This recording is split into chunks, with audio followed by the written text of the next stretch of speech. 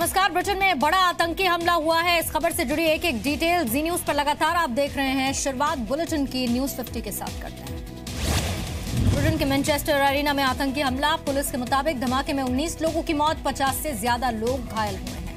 Manchester arena में अमेरिकी singer Ariana Grande के कॉन्सर्ट के बाद धमाका हुआ।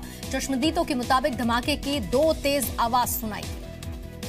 धमाके के बाद इलाके को खाली करा लिया गया। मैनचेस्टर विक्टोरिया स्टेशन बंद है। पुलिस ने लोगों को मैनचेस्टर एरिना की तरफ न जाने के लिए कहा है। एरियाना के कॉन्सर्ट में करीब 20,000 लोग शामिल थे। धमाके के बाद कॉन्सर्ट हॉल में अफरा तफरी मची, जिसका वीडियो सामने आया है। पुलिस के मुताबिक सिंगर एरियाना ग्रांडे पूरी तरह से सुरक्षित हैं। अभी कॉन्सर्ट हॉल के अंदर की स्थिति साफ नहीं है। सोशल मीडिया पर एक आतंकी का वीडियो चल रहा है, जिसमें आतंकी ये कह रहा है कि क्रूसेडर्स को खत्म करने का वक्त आ चुका है। अल्लाह के नाम पर ही हमारी शुरुआत है। आतंकी अपनी बात कहने के बाद अल्लाहू अकबर भी कहता है। ब्रिटिश पीएम थेरेसा मे ने आतंकी हमले को डरावना बताया। कहा कि ब्लास्ट के पीड़ितों को लेकर मैं चिंतित हूं। प्रधानमंत्री नरेंद्र मोदी ने मैनचेस्टर एरिना में हुए आतंकी हमले पर अफसोस जताया है और इसकी निंदा की है। चश्मदीदों के मुताबिक टिकट खिड़की के पास धमाका हुआ। पहले कुछ चश्मदीदों ने गुब्बारा फटने की आवाज सुनाई देने की बात कही थी।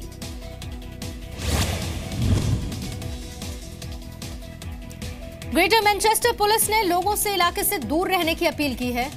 पुलिस को मैनचेस्टर एरिना से एक्सप्लोजिव डिवाइस भी मिले हैं। धमाके के बाद एरिना को खाली करा दिया गया है।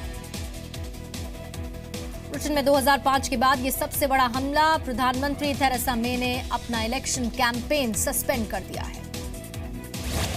सेना के मेजर नितिन लीतुल गोगोई को आर्मी चीफ बिपिन रावत ने सम्मानित किया। काउंटर इमरजेंसी ऑपरेशन के लिए प्रशंसा पत्र दिया गया। कश्मीर में जीप के आगे पत्थरबाज को बांधने के बाद चर्चा में आए थे नितिन। 9 अप्रैल को चुनाव ड्यूटी के दौरान पत्थरबाजों से बचने के लिए एक पत्थरबाज को जीप पर बांधा था। जम्मू कश्मीर के पुलवामा में क्रिकेट टूर्नामेंट के दौरान पीओके का एंथम बजा। पुलिस ने केस दर्ज किया।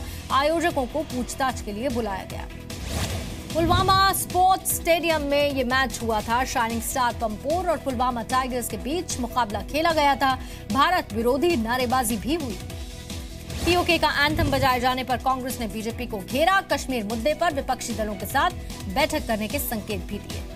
कोयला घोटाले में दोषी करार दिए गए कोयला मंत्रालय के 3 पूर्व अफसरों को जमानत मिली। 1-1 लाख रुपए के पर्सनल बॉन्ड पर यह जमानत मिली है। कोर्ट ने 4 लोगों को कल ही सजा सुनाई थी। पूर्व ज्वाइंट सेक्रेटरी के.एस. क्रोफा और पूर्व निदेशक के.सी. समारिया को 2 साल की सजा, 1 लाख का जुर्माना भी लगाया गया था। गलत तरीके से ब्लॉक हासिल करने वाली कंपनी कमल स्पॉन्ज पर 1 करोड़ का जुर्माना लगा। कल एमडी पवन अहलूवालिया को 3 साल की सजा सुनाई गई थी। 3 तलाक के मामले में बैकफुट पर आया Muslim personal law board. Supreme court में हलफनामा दिया। नए हलफनामे में मुस्लिम पर्सनल लॉ बोर्ड की दलील, निकाहनामे में नहीं होगा 3 तलाक का जिक्र। इमामों को भी एडवाइजरी जारी करने की बात कही। मुस्लिम पर्सनल लॉ बोर्ड ने निकाहनामे में शर्त डालने पर सुझाव दिया है। एक बार में पति की तरफ से तलाक न देने की शर्त रखने का सुझाव दिया। पीएम के 2 दिन के गुजरात दौरे का आज दूसरा दिन है। आज गांधीनगर में अफ्रीकी विकास बैंक की बैठक में हिस्सा लेंगे पीएम मोदी। कल गुजरात के कांडला में पीएम ने 900 करोड़ की योजनाओं की शुरुआत की थी। पीएम ने कांडला में रोड शो भी किया था। वित्त मंत्री अरुण जेटली ने अरविंद केजरीवाल के खिलाफ एक और केस कर दिया। दिल्ली हाईकोर्ट में 10 करोड़ की मानहानि का केस दर्ज कराया है। राम जेठमलानी ने केजरीवाल की मुश्किल बढ़ा दी। कोर्ट में राम जेठमलानी ने जेटली के लिए आपत्तिजनक शब्द का इस्तेमाल किया था। एयरसेल मैक्सिस केस में पूर्व टेलीकॉम मंत्री दयानिधि मारन और कलानिधि मारन के खिलाफ याचिका दायर। दिल्ली हाईकोर्ट ने सीबीआई से जवाब मांगा है। कुलभूषण जाधव के खिलाफ पाकिस्तान के खैबर पख्तूनख्वा की विधानसभा में प्रस्ताव पास हुआ। कुलभूषण को जल्द ही फांसी देने की मांग। 2016 में भारत में विस्थापित हुए करीब 24 लाख लोग। रिपोर्ट के मुताबिक संघर्ष, हिंसा और आपदाओं की वजह से विस्थापित होने में भारत 3रे नंबर पर है। चुनाव आयोग ने टाला राज्यसभा की 10 सीटों के लिए होने वाला चुनाव। राष्ट्रपति चुनाव और ईवीएम पर सवाल के बाद फैसला। गुवाहाटी में एनआईए की स्पेशल अदालत आज 15 दोषियों को सजा सुनाएगी। सरकारी पैसे को आतंकी संगठनों को देने के आरोप में कल दोषी साबित हुए थे। नोबेल पुरस्कार विजेता मलाला यूसुफजई पर हमले का पाकिस्तानी सांसद ने सवाल उठाए। जानबूझकर पूरी कहानी रचने का आरोप लगाया। दिल्ली के कमल विहार इलाके से 2 कंकाल बरामद हुए। मुनव्वर नाम के व्यक्ति समेत 6 लोगों की हत्या हुई थी। मुनव्वर के दोस्त बंटी ने इस साजिश रची थी। दिल्ली के चांदनी चौक पर कपड़े की दुकान में भीषण आग लग गई। इलाके में आम आदमी पार्टी के विधायक अलका लांबा के पहुंचने पर लोगों ने विरोध किया। टैंकर घोटाले में केजरीवाल के साढ़ू के घर सीबीआई ने छापा मारा, कुछ दस्तावेज जब्त किए। केजरीवाल के साढ़ू की मौत हो चुकी है। महिला से बदसलूकी के आरोप में आम आदमी पार्टी नेता संजय सिंह के पीए और एक कार्यकर्ता पर केस दर्ज हुआ है। इसी महिला ने संजय सिंह को थप्पड़ मारा था। आज दिल्ली बीजेपी की कार्यकारिणी की बैठक होगी। सुबह 11 बजे दिल्ली बीजेपी अध्यक्ष मनोज तिवारी उद्घाटन करेंगे। आज एमसीडी स्कूलों के छात्रों से मिलेंगे दिल्ली के CM Arvind Kejriwal. Deputy CM और शिक्षा मंत्री मनीष सिसोदिया भी मौजूद रहने वाले हैं। दिल्ली यूनिवर्सिटी में दाखिला के लिए ऑनलाइन रजिस्ट्रेशन की शुरुआत हो चुकी है। 10 दिनों तक चलने वाला काउंसिल सेशन भी शुरू होगा।